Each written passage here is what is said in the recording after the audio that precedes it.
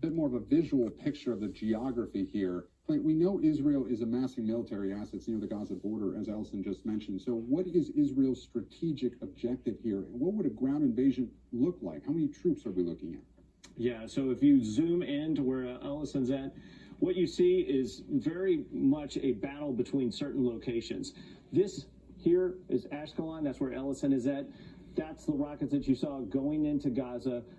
Also, you're seeing coming out of Gaza and Gaza City in that area, rockets coming out. Those are the ones being hit by the Iron Dome. Separately, this is the corridor right here that the IDF, the Israeli Defense Forces, went through and cleared yesterday. They secured that area. And what you're seeing now is they built up a military zone. They're essentially going through, blocking this off from all Israelis. And that is the first thing you would do. It's called a cordon. You would cordon that off the area up into the gates, the border there, to make sure that all Israelis are out of it. I'm sure part of this is what is rocket fire? What could a breakthrough look like if Gaza militants made through? They're staging themselves in a way where it looks like they're preparing for some sort of offensive operation. This would be the first step, clearing the area around Gaza. The next step would be actually figuring out a breach point in which they would go in. And Clint, this isn't just an unfolding situation at the southern border of Israel. There's increasing talk about where refugees might head and whether Egypt will accept them.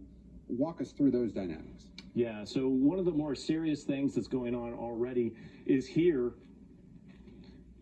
at this point. The Rafah gate is essentially a bridge to Egypt. It's a gate there that the Egyptians have held firm. But in this area, in this corner right there of Gaza, there are already hundreds of thousands of displaced persons from Gaza that have moved towards that border. At some point, if the pressure is intense enough, you've already got electricity that has gone off here. There's essentially one power plant that runs on fuel. The blockade has turned it off.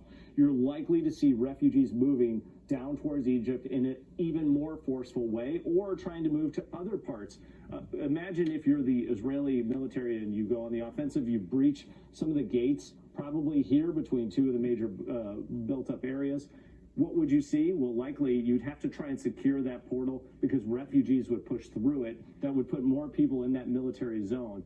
So there's a pretty dire situation here, and that's not to mention the other things that could pop up, either in the West Bank here, where there's been lots of protests and skirmishes over the summer and into the fall, or to the north, where we've already seen shots fired back and forth between Hezbollah and the Israeli Defense Forces. And Clint, we've often heard about how densely populated Gaza is. Talk to me a little bit about how difficult it could be for the Israeli military there, given the fact that it has so many tunnels and really so many people living so closely packed together. How difficult would this operation be for the Israelis?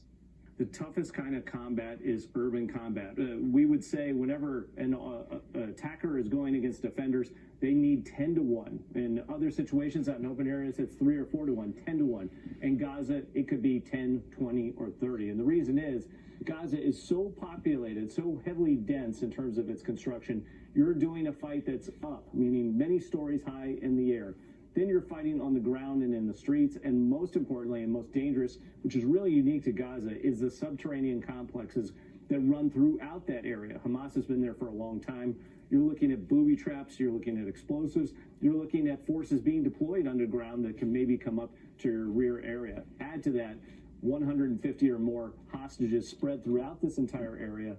2 million people, you're looking for 150 hostages. This is just a very complex scenario that they're going to be facing. And Clint, very briefly, before I get to Matt Bradley, who's in Lebanon, we're hearing reports of Israel sending tens of thousands of troops to its northern border. Yes. Why is that so significant?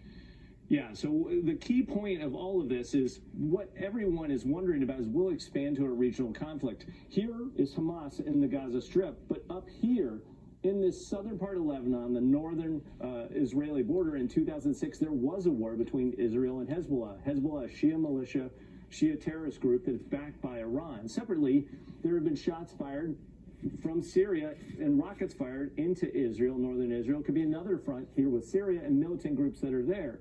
So this could easily become a 1, 2, 3, maybe even a 4th front that Israel would have to be engaging on and trying to secure their territory. If you went and looked today, you would already start to see the buildup of forces along what is the Golan Heights.